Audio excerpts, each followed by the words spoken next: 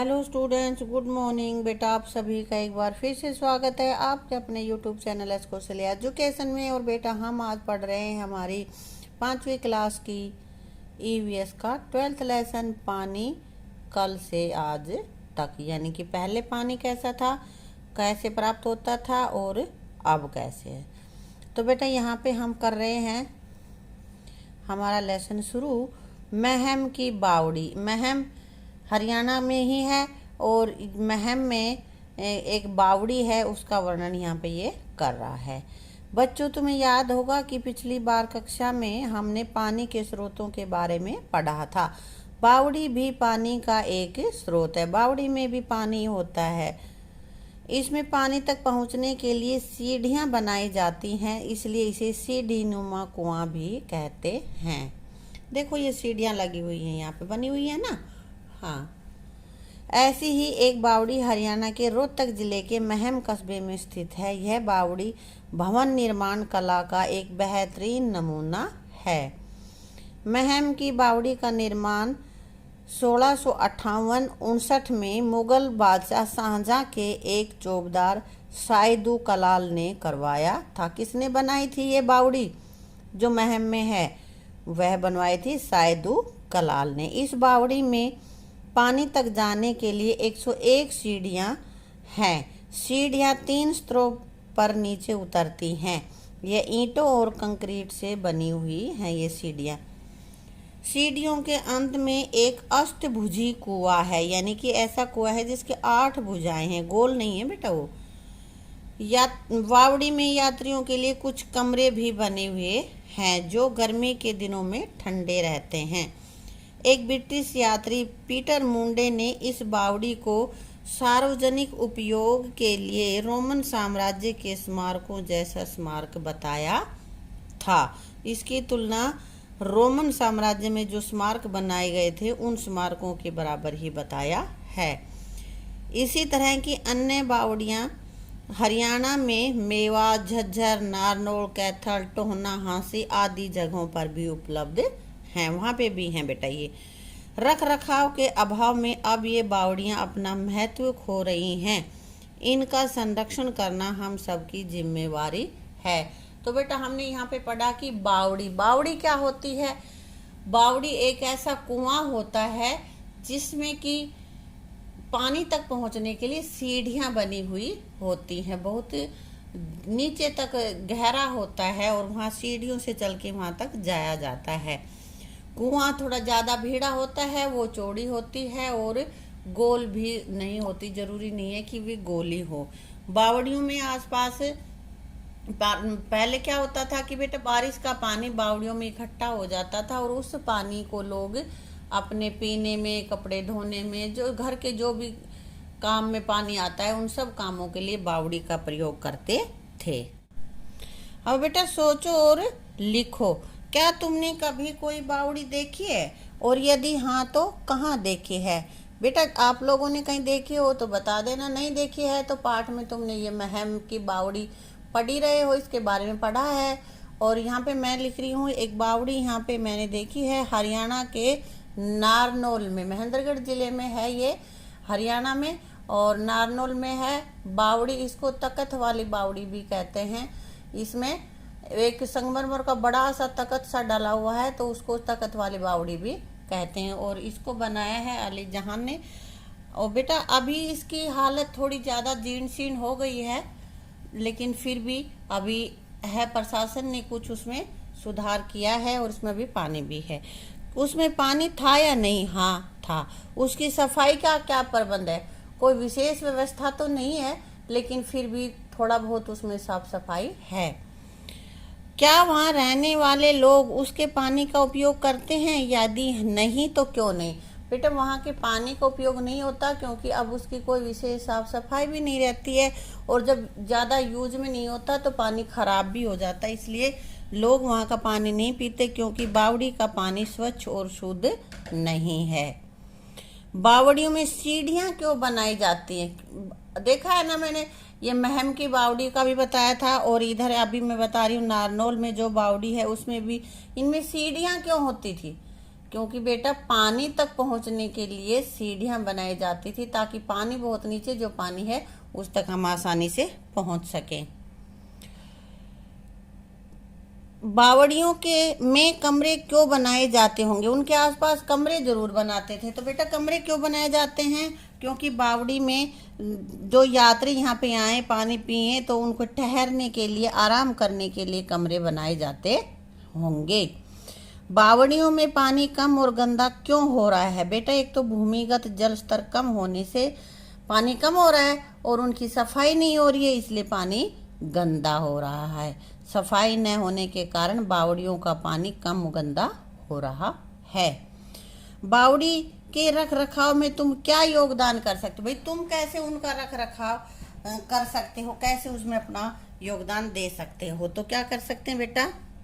बावड़ी के रख रखाव में तुम क्या योगदान कर सकते हो? क्या कर सकते हो बेटा? हम बावड़ियों की सफाई में सहयोग कर सकते हैं। भाई सफाई करवा सकते हैं और लोगों को जागरूक कर सकते हैं कि भाई वो वहाँ पे गंदगी ना फैलाएं।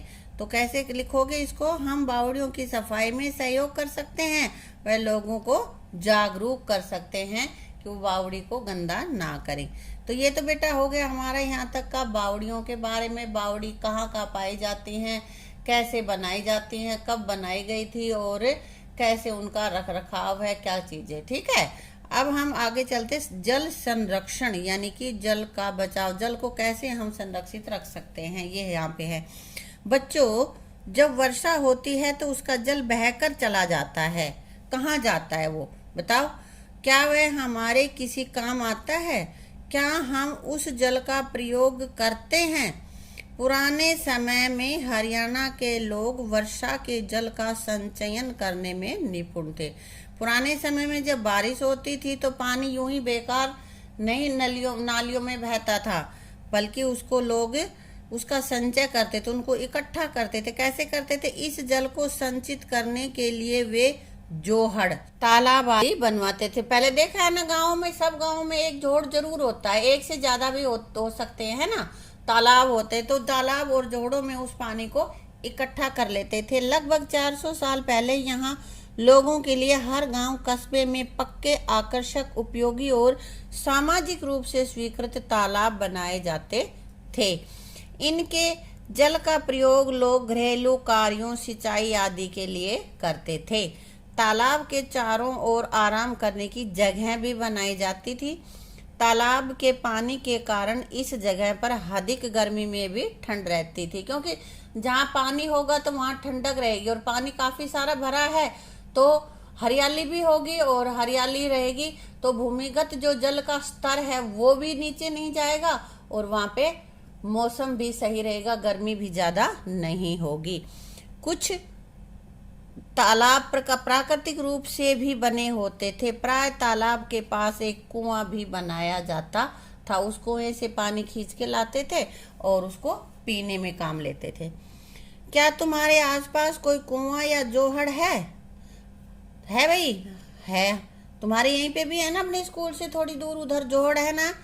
यदि हाँ तो किस स्थिति में है? तो जोहड़ का पानी गंदा है, उस पर काई जमी हुई है। हाँ, तो पानी प्रयोग में नहीं होता आजकल जोहड़ का, तो वहाँ वो गंदा हो रहा है।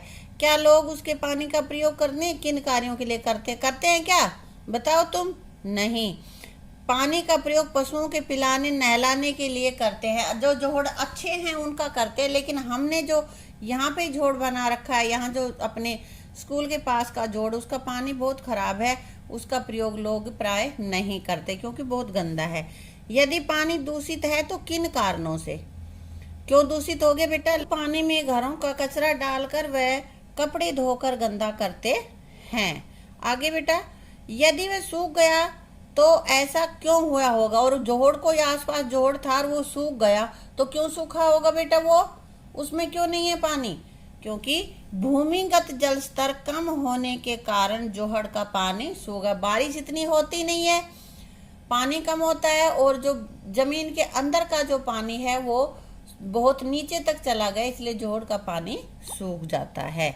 अब आगे बेटा, वर्षा के जल को किस प्रकार इकट्ठा किया जाता है? इसको मैं तुम्हें लिख के बताऊंगी, यहाँ पे इतना जगह नहीं है कि मैं उसमें लिख दूं, ठीक है? समुदाय के लिए जल, अब जल है जो सभी के लिए, पब्लिक जो प्लेस है वहां पे उन सब के लिए जल क्या है, कैसे, कहाँ रखा जाता है। पुराने समय में जब यातायात के पर्याप्त साधन नहीं होते थे तब लोग काफिले बनाकर पैदल ही लंबी लंबी यात्राएं किया करते थे। अब तो बेटा तुम गाड़ी में बैठो और तुरंत पहुंच जाते हो या हवाई जहाज से चले जाते हो। पहले लोग चाहे कितनी दूर जाना हो पैदल ही जाते थे। उस समय कुएं, तालाब, बावड़ियां वहां के निवासियों और यात्रियों की पानी की आवश्यकताएं पूरी करती थी। अब कोई भी सफर में जा रहा है और प्यास लगी है तो एक बोतल से उसकी थोड़ा काम चलेगा, क्योंकि उसको तो कई कई दिनों तक यात्रा करनी होती थी और फिर पैदल आदमी ज्यादा वजन भी नहीं ले जा सकता है ना। तो इसलिए क्या करते थे कि कुआं है या तालाब है, बावड़ी है, उसमें से वो पानी पीते थे। जिस स्थान पर सराय, सराय क्या होता है, यात्रियों के ठहरने की एक जगह होती थी, बनाई जाती थी, वहां पर एक कुआं अवश्य बनाया जाता था, क्योंकि लोगों की पानी की जो जरूरत है वो तो कुएं से ही पूरी होंगी। हमारे देश में अनेक शासकों ने कुओं, तालाबों और बावड़ियों का निर्माण करवाया था, बनवाई थी उन्होंने। यात्रियों को पानी पिलाना आज भी परोपकार का काम माना जाता है, इसलिए प्राय जगह जगह पर प्याहू बनाए जाते हैं। गर्मियों में मीठे पानी की छबील लगाई जाती है। ये छबील क्या होती है, गर्मियों में मीठा पानी पिलाते हैं ना, तुम कई कई गिलास पियाते हो है ना, तो उसको हम छबील कहते हैं। क्या तुमने कभी प्याहू या छबील लगाई है? बेटा तुम छोटे बच्चे हो तो तुम तो खुद तो नहीं लगा सकते, लेकिन अगर हमारे मम्मी पापा या बड़े लगाते हैं तो उसमें हेल्प हम जरूर करवा देते हैं, है ना।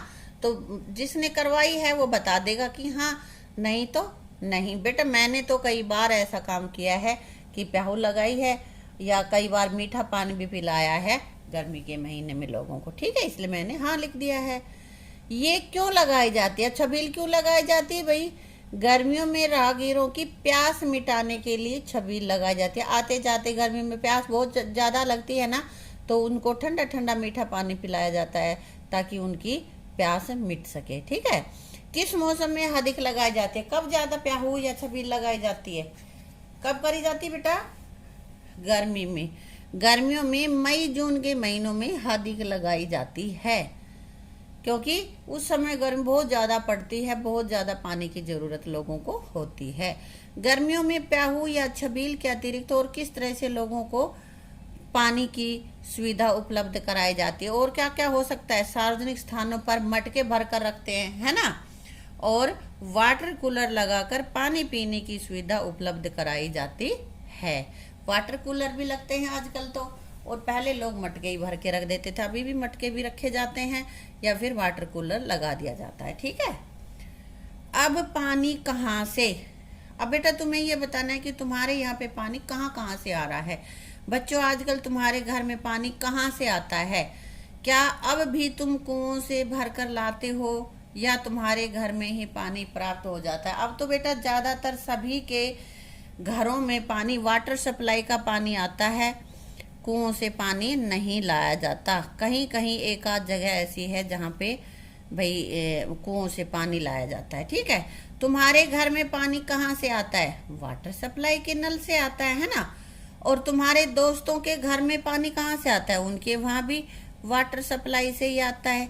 और किसी का दोस्त ऐसा हो भाई उसके वाटर सप्लाई का पानी नहीं हो तो वो बता देगा कि भाई वो जहाँ से भी लाते, पड़ोसी के नल से लाते हैं या भाई किसी कुओं से खींच के लाते, वो तुम अपने आप बता देना, ठीक है। क्या तुम्हारे या तुम्हारे दोस्तों के घर में वाटर सप्लाई का पानी आता है? हाँ, क्योंकि हमने पहले ही लिख दिया है कि आता है। वाटर सप्लाई का पानी कहाँ से आता है? कहाँ से आता है बेटा? पंचायत द्वारा लगाए गए ट्यूबवेलों की टंकी से। गांव में तो यहाँ से आता है, और शहर में नगर निगम के जो ट्यूबवेल हैं उनकी टंकियों से आता है, ठीक है। क्या तुम्हारे घर में पानी का बिल आता है? बेटा शहर में रह रहे हैं उनके सबके बिल आता है, जो गांव में रह रहे हैं उनको बिल नहीं आता है। यह बिल किस दफ्तर से आता है? अगर शहर में रह रहे हो तो पानी का बिल आता है, और वो आता है हरियाणा अर्बन डेवलपमेंट अथॉरिटी यानी कि हुड्डा के दफ्तर से बिल आता है। तो देखा तुमने कि शहर में रह रहे हैं तो नगर निगम पानी का प्रबंध करवाती है, और गांव में रह रहे हैं तो पंचायत स्तर पे, ठीक है। और कुछ गांव में अपने आप भी अपना हैंडपंप रखते हैं लोग, ठीक है। तो इधर ना ये देखो एक बिल दे रखा है, ये बिल को किसका है, ये एक पानी का बिल है। देखो यहाँ पे किसने भेजा है, Haryana urban development authorities water and sewerage bill, ठीक है। ये पानी का बिल है और भेजा है हुड्डा ने, हरियाणा अर्बन डेवलपमेंट अथॉरिटी ने। तो यहाँ पे देखते हैं, इस बिल को पढ़ के ना तुम्हें बताने हैं कुछ उत्तर। देखते हैं, दिए गए चित्र में पानी का बिल दिखो और बताओ। क्या बताना, यह बिल किस दफ्तर से आया, किससे आया बेटा, हरियाणा अर्बन डेवलपमेंट अथॉरिटी यानी कि हुड्डा के दफ्तर से आया है, ठीक है। बिल किस महीने का है, तो इधर देखो किस महीने का बिल है, यहाँ पे ये लिख रखा है बिल पीरियड 1 मार्च 2014 से 30 अप्रैल 2014। तो कब का है, सीवरेज का भी 1 मार्च 2014 से 30 अप्रैल। तो कौन से महीने का बिल है ये हो गया हमारे पास अप्रैल का, ठीक है, अप्रैल में आया है ये। बिल में कितने पानी का उपभोग किया गया, यानी कि कितना पानी खर्च हुआ है, पानी की कितनी यूनिट खत्म हुई है, हमारे भी ये 19 यूनिट खपत हुई है। और ये पूछ लेगा कि हमारे पास कितनी राशि है, इधर देखो बैलेंस पीछे का भी इसके पास बचा हुआ है और अब का चार्ज है उसका 56 और टोटल अमाउंट इसको देना है 23 मई 2014 तक 238 रुपए। और यहाँ पे ये कह रहा है कि अमाउंट ड्यू आफ्टर 23 मई 23 मई 2014 के बाद अगर ड्यू दोगे आप तो 244 रुपए देंगे। तो ये ज्यादा क्यों देने पड़े बेटा, ये पेनल्टी लग जाती है उचित समय पर नहीं देने के कारण। तो अब देखते हैं अपने उधर से किसका उत्तर लिखना है हमें। कितने बिल है यहाँ पे, 19 यूनिट यहाँ पे पानी का उपभोग हुआ है, यानी कि पानी खर्च हुआ है। कितनी राशि का भुगतान करना है, इसमें दिखाया था ना नीचे मैंने 238 रुपए। और बिल भरने की अंतिम तिथि क्या है, 23 मई 2014। और इसमें दे रखा था यदि बिल समय पे नहीं भरा तो 23 मई के बाद भरा तो कितना बिल देना था, ये पीछे दिखाया था इसमें 244। ये पर्सन है नहीं, अगर होता तो उसका भी हम उत्तर लिख देते, ठीक है। तो बेटा ये हमने बिल पढ़ना भी सीख लिया है, कैसे बिल पढ़ते हैं, कैसे उसमें से कौन सी चीज कितनी है ये देखते हैं। तो इसी के साथ ये वीडियो हम यहीं पे समाप्त करते हैं। आगे का लेसन हम करेंगे अपनी अगली वीडियो में। Thank you.